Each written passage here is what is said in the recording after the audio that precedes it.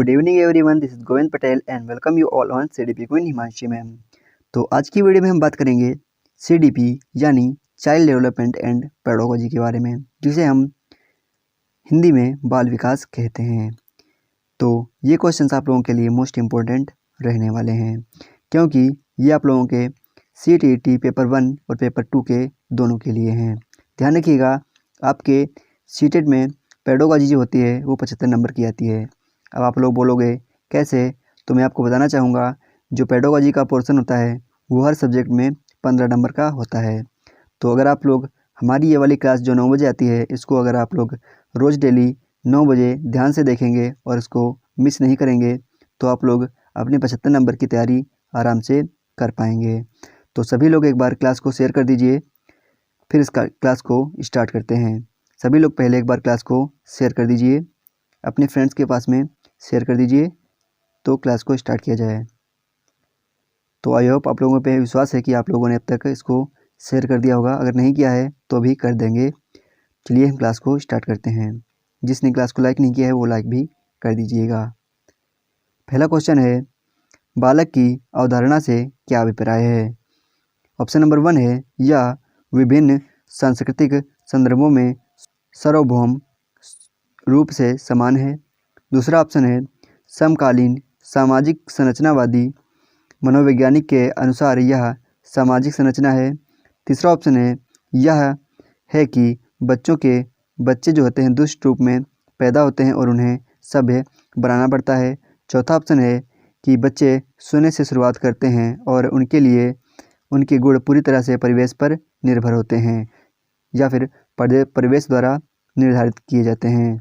चलिए question number 1 को पढ़िए और इसका आंसर दीजिए। क्वेश्चन नंबर 1 को पढ़िए और इसका आंसर दीजिए। आज की क्लास से आप लोगों की 15 नंबर की क्लास है, आप लोगों को 15 नंबर में से 13 नंबर लाने हैं। जिसके 13 नंबर आ जाएंगे समझ लीजिएगा वो हो जाएगा पास, और जिसके 13 नंबर से कम आएंगे वो हो जाएगा फेल। उसको अभी और मेहनत करने की ज़रूरत है।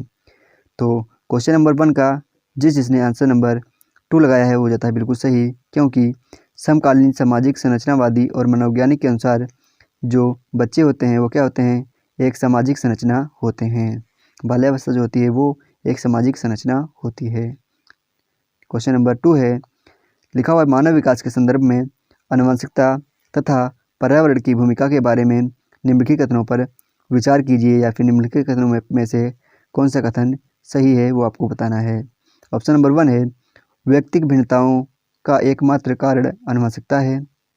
तो ये क्या हो गया, केवल आनुवंशिकता की यहाँ पे बात की गई, पर्यावरण की तो यहाँ पे बात ही नहीं की गई है, तो क्या हो गया, ये हो गया गलत।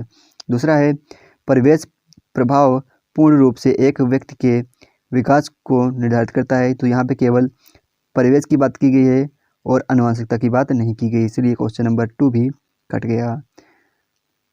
ऑप्शन नंबर 3 है, मानव विकास को ना तो आनुवंशिकता और ना ही पर्यावरण प्रभावित करते हैं। तो ये तो बिल्कुल निगेटिव हो गया, क्योंकि मानव विकास को पर्यावरण और आनुवंशिकता दोनों प्रभावित करते हैं। चलिए देखते हैं।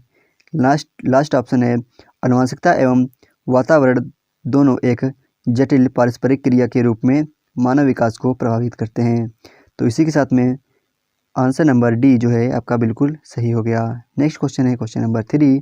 चलिए इसको पढ़िए और इसका आंसर दीजिए।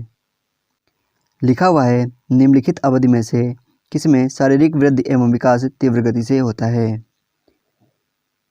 लिखा हुआ है, निम्नलिखित अवधि में से किसमें शारीरिक वृद्धि एवं विकास तीव्र गति से होता है? ऑप्शन नंबर 1 है, शैशव एवं प्रारंभिक बाल्यावस्था। ऑप्शन नंबर 2 है, प्रारंभिक बाल्यावस्था एवं मध्य बाल्यावस्था। ऑप्शन नंबर 3 है, मध्य बाल्यावस्था एवं किशोरावस्था। ऑप्शन नंबर डी है, किशोरावस्था एवं वयस्कता। चलिए बताइए, यहाँ पे वयस्कता का मतलब है एडोलेसेंस। तो चलिए क्वेश्चन नंबर 3 का आंसर दीजिए। क्वेश्चन नंबर 3 का आंसर नंबर क्या सही हो जाएगा? चलिए बताइए, क्वेश्चन नंबर 3 का आंसर नंबर कौन सा सही हो जाएगा? तो जिसने क्वेश्चन नंबर 3 का आंसर नंबर 1 लगाया है वो हो जाता है यहाँ पे बिल्कुल right. Infancy and early childhood age जो होती है वो वृद्धि और विकास में बहुत तेज़ी से घटित होती है। नेक्स्ट क्वेश्चन देखते हैं, क्वेश्चन नंबर 4 है यहाँ पे। ये क्वेश्चन नंबर 4 है, यहाँ पे गलत टाइप हो गया है, इसीलिए इसको आप लोग 4 कर लीजिएगा। लिखा हुआ है निम्नलिखित में से कौन सी मध्य बाल्यावस्था की विशेषता है। चलिए बताइए कि जो आप लोगों की मिडिल चाइल्डहुड की कौन सी विशेषता है। मिडिल चाइल्डहुड की निम्नलिखित में से कौन सी विशेषता है। ऑप्शन नंबर 1 है शारीरिक वृद्धि एवं विकास बहुत तेज गति से होता है। ऑप्शन नंबर बी है अमूर्त रूप से सोचने तथा वैज्ञानिक तर्क का प्रयोग करने की योग्यता विकसित होती है। ऑप्शन नंबर सी है बच्चे तार्किक एवं मूर्त रूप से सोचना प्रारंभ कर देते हैं। ऑप्शन नंबर डी है अधिगम मुख्य रूप से संवेदी एवं चालक गतिविधि द्वारा घटित होता है। चलिए क्वेश्चन नंबर 4 का आंसर दीजिए। ये क्वेश्चन नंबर 4 है, याद रखिएगा। चलिए इसका आंसर दीजिए।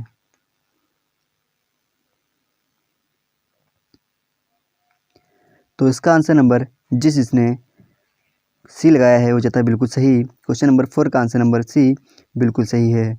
जो आपकी मध्य बाल्यावस्था होती है वहाँ पे बच्चे तार्किक एवं मूर्त रूप से सोचना प्रारंभ कर देते हैं।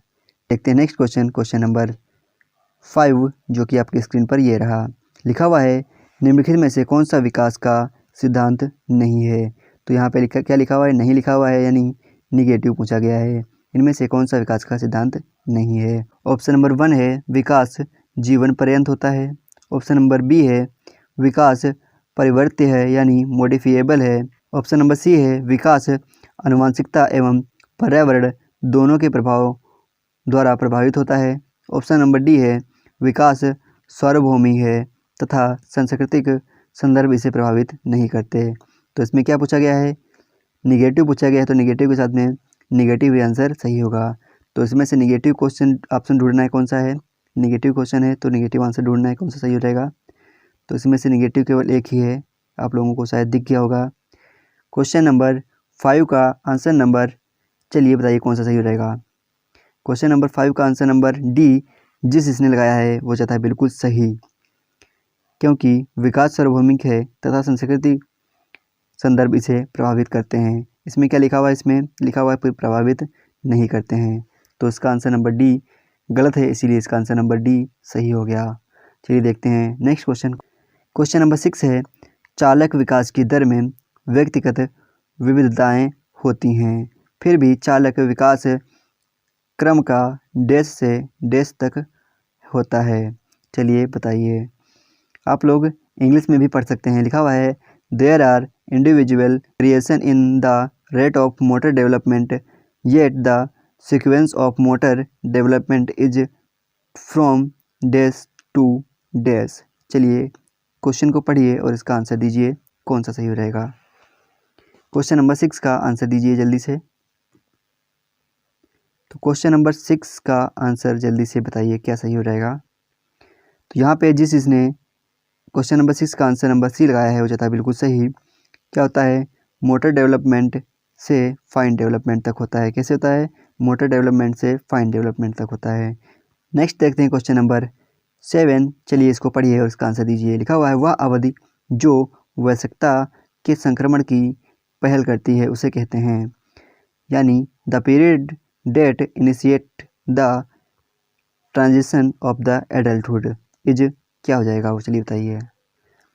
ऑप्शन नंबर 1 है किशोरावस्था। ऑप्शन नंबर 2 है मध्य बाल्यावस्था।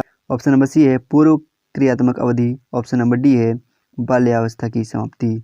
चलिए ऑप्शन नंबर 1, 2, 3 में से आंसर दीजिए कि क्वेश्चन नंबर 7 का आंसर नंबर कौन सा सही रहेगा। चलिए बताइए।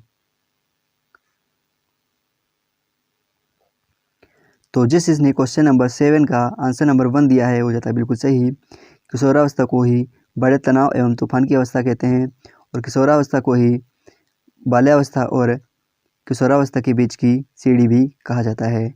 चलिए देखते हैं नेक्स्ट क्वेश्चन, क्वेश्चन नंबर 8। लिखा हुआ है निम्नलिखित में से कौन सा विकास के व्यापक आयामों का की सही पहचान करता है। चलिए इसको पढ़िए और इसका आंसर दीजिए। क्वेश्चन नंबर 8 को पढ़िए और इसका आंसर दीजिए। जो विकास के व्यापक आयाम हैं उनका सही से कौन सा पहचान कराता है। तो आई होप आप लोगों ने इसका आंसर सही कर दिया होगा। तो इसका आंसर नंबर ए बिल्कुल सही हो जाएगा। शारीरिक, संज्ञानात्मक, सामाजिक और संवेगात्मक, physical, cognitive, social and emotional. इसको आप लोग शॉर्टकट में PCS ई से याद कर सकते हैं। किससे? PCSC से शॉर्टकट में याद कर सकते हैं। P for physical, C for cognitive और S for social and E for emotional. तो ये की सारी चीज़ें आप लोग इसको शॉर्टकट में याद कर सकते हैं। चलिए देखते हैं नेक्स्ट। लिखा हुआ है क्वेश्चन नंबर 9 है, निम्नलिखित में से कौन सा विकास का सिद्धांत नहीं है। ध्यान रखिएगा, यहाँ पे नहीं की बात की गई है, और अगर आप लोगों को पेपर में भी कहीं पर नहीं दिख जाए तो आप लोगों को वहाँ पे आप लोगों के पास जो पेन होगा उस पर टिक कर देना है, उस पर गोला लगा देना है कि ये निगेटिव प्रश्न है, तो इसका आंसर भी निगेटिव होगा। क्वेश्चन नंबर 9 का आंसर दीजिए। पहला ऑप्शन है व्यक्ति अलग अलग गति से विकास करते हैं।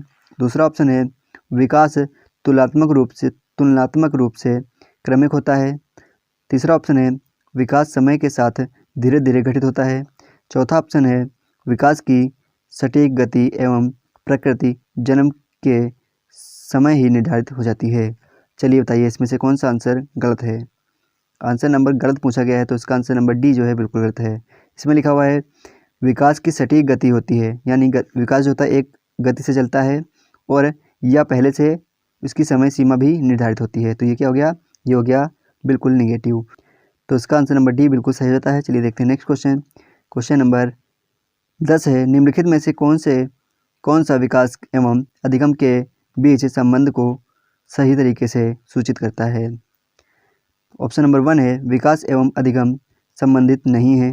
ऑप्शन नंबर बी है अधिगम विकास का ध्यान किए बिना घटित होता है। ऑप्शन नंबर सी है अधिगम की दर विकास की दर से काफ़ी अधिक होती है। ऑप्शन नंबर डी है विकास एवं अधिगम अंतर संबंधी और अंतर निर्भर होते हैं।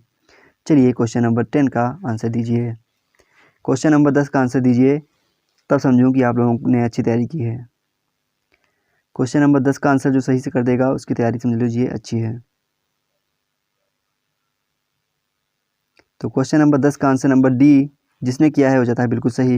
विकास एवं अधिगम क्या होते हैं? अंतर संबंधी होते हैं, वो इंटर डिपेंडेंट होते हैं। चलिए देखते हैं क्वेश्चन नंबर 11 जो कि आपकी स्क्रीन पर ये रहा। लिखा हुआ है आनुवंशिकता और पर्यावरण की भूमिका के बारे में निम्नलिखित में से कौन सा कथन सत्य है।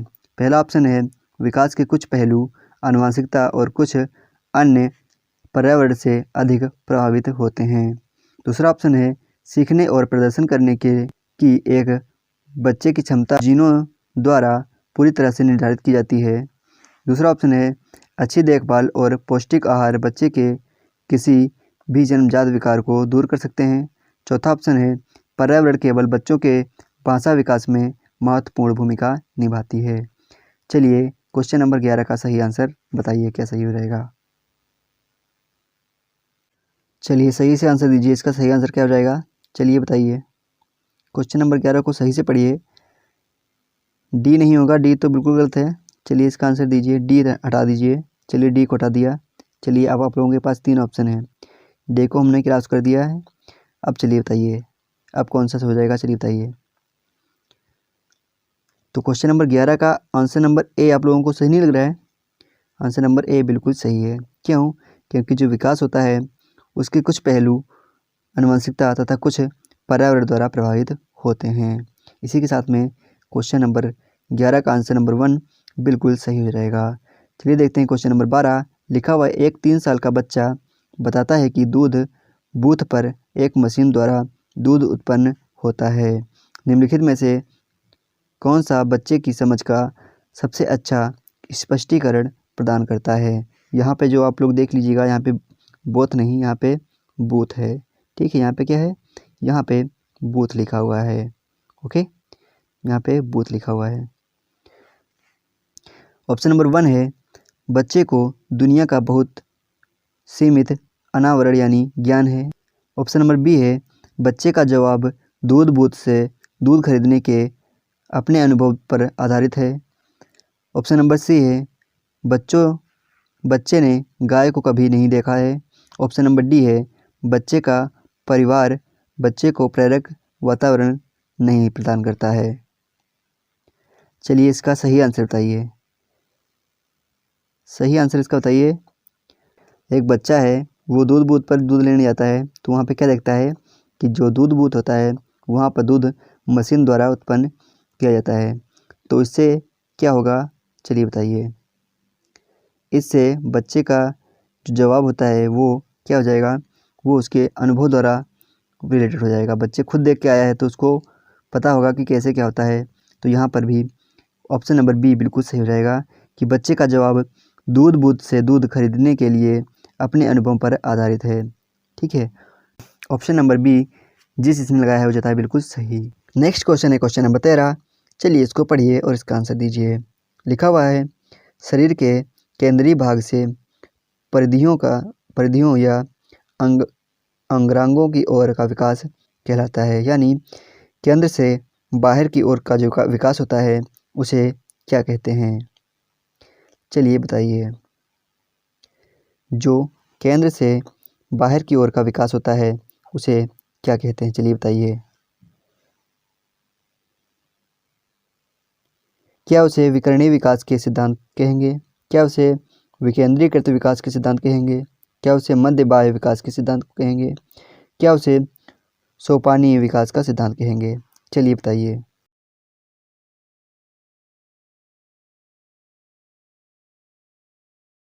क्वेश्चन नंबर 13 का आंसर दीजिए जल्दी से। तो जो केंद्र से बाहर की ओर होता है उसे क्या बोलते हैं, उसे बोलते हैं प्रॉक्सिमोडिस्टल डेवलपमेंट। और ध्यान रखिएगा इसी को हिंदी में मध्य बाह्य विकास का सिद्धांत भी कहते हैं, जो केंद्र से बाहर की ओर होता है। याद रखिएगा, इसको हमेशा याद रखिएगा। और यहाँ से एक क्वेश्चन आपका हमेशा बनता ही बनता है। जो केंद्र से बाहर की ओर होगा वो प्रॉक्सिमोडिस्टल डेवलपमेंट कहलाएगा, यानी मध्य बाह्य विकास का सिद्धांत कहलाएगा। और एक यहाँ से क्वेश्चन बनता है कि जो विकास सिर से पैर की तरफ होता है उसे क्या कहते हैं। जो विकास जो होता है सिर से पैर की तरफ होता है उसे क्या कहेंगे, उसे कहेंगे शिरोध पदोन्मुखी, यानी हेड टू टो डेवलपमेंट। ठीक है, उसे बोलेंगे शिरोध पदोन्मुखी। जो सिर से पैर की तरफ विकास होता है उसे शिरोध पदोन्मुखी विकास बोलते हैं। चलिए देखते हैं नेक्स्ट क्वेश्चन। क्वेश्चन नंबर 14 लिखा हुआ है डैश महीने की आयु के बीच अधिकांश बच्चे शब्दों को मिलाकर छोटे छोटे वाक्य में बोलना शुरू कर देते हैं। यानी कितने महीने के बच्चे होते हैं वो अधिकांश शब्दों को मिलाकर बोलना शुरू कर देते हैं, चलिए बताइए। ऑप्शन नंबर 1 है 12 से 18 माह के बच्चे। ऑप्शन नंबर बी है 18 से 24 माह के बच्चे। ऑप्शन नंबर सी है 24 से 30 माह के बच्चे। ऑप्शन नंबर डी है 30 से 26 माह के बच्चे। चलिए इसका आंसर दीजिए। क्वेश्चन नंबर 14 का आंसर दीजिए। प्रश्न लिखा हुआ है डैश महीने की आयु के बीच अधिकांश बच्चे शब्दों को मिलाकर छोटे छोटे वाक्यों में बोलना शुरू कर देते हैं। यानी कितने महीने के बच्चे जो होते हैं वो छोटे शब्दों को मिलाकर वाक्य बोलना शुरू कर देते हैं, चलिए बताइए। क्वेश्चन नंबर 14 का आंसर नंबर बी जिस इसने लगाया है वो जाता है बिल्कुल सही। यानी 18 से 24 माह के जो बच्चे होते हैं वो छोटे छोटे शब्दों को मिलाकर वाक्य बोलना शुरू कर देते हैं। चलिए देखते हैं नेक्स्ट क्वेश्चन। क्वेश्चन नंबर 15 जो कि हमारा आज का लास्ट क्वेश्चन। लिखा हुआ है किसी भाषा में स्वीकृत ध्वनि संयोजनों को इसके डैश नियमों के अंतर्गत बताया जाता है। चलिए बताइए इसका आंसर नंबर कौन सा सही रहेगा। क्वेश्चन नंबर 15 का आंसर बताइए। लिखा हुआ है ध्वनि संबंधी। ऑप्शन नंबर बी है व्याकरणिक। ऑप्शन नंबर सी है वाक्यात्मक। ऑप्शन नंबर डी है विभक्ति विषयक। चलिए इसका आंसर दीजिए। एक चीज़ यहाँ पे ध्यान रखिएगा, जहाँ पर भी साउंड यानी ध्वनि की बात की जाएगी वहाँ पे आपका ध्वनि संबंधी बात हो जाएगा। जहाँ पे ध्वनि की बात की जाएगी, जहाँ पे साउंड की बात की जाएगी वहाँ पे फोनोलॉजिकल हमेशा सही हो जाएगा। तो इसी के साथ में ये क्वेश्चन नंबर 15 का आंसर नंबर 1 बिल्कुल सही हो जाता है। तो आज की क्लास में बस इतना ही। आई होप आप लोगों को क्लास अच्छी लगी होगी। अगर आप लोगों को क्लास अच्छी लगती है तो आप क्लास को अपने फ्रेंड्स के पास में ज़रूर शेयर करिएगा। और अगर आप लोगों ने अभी तक क्लास को लाइक नहीं किया है तो एक लाइक ज़रूर कर दीजिएगा, जिससे हम मोटिवेट होते हैं और ये अच्छे वीडियो लाने के लिए। अगर आप लोगों को इस क्लास की PDF चाहिए तो आप लोग हमारे टेलीग्राम चैनल को ज्वाइन कर सकते हैं, जिसका लिंक आप लोगों को नीचे डिस्क्रिप्शन बॉक्स में मिल जाएगा।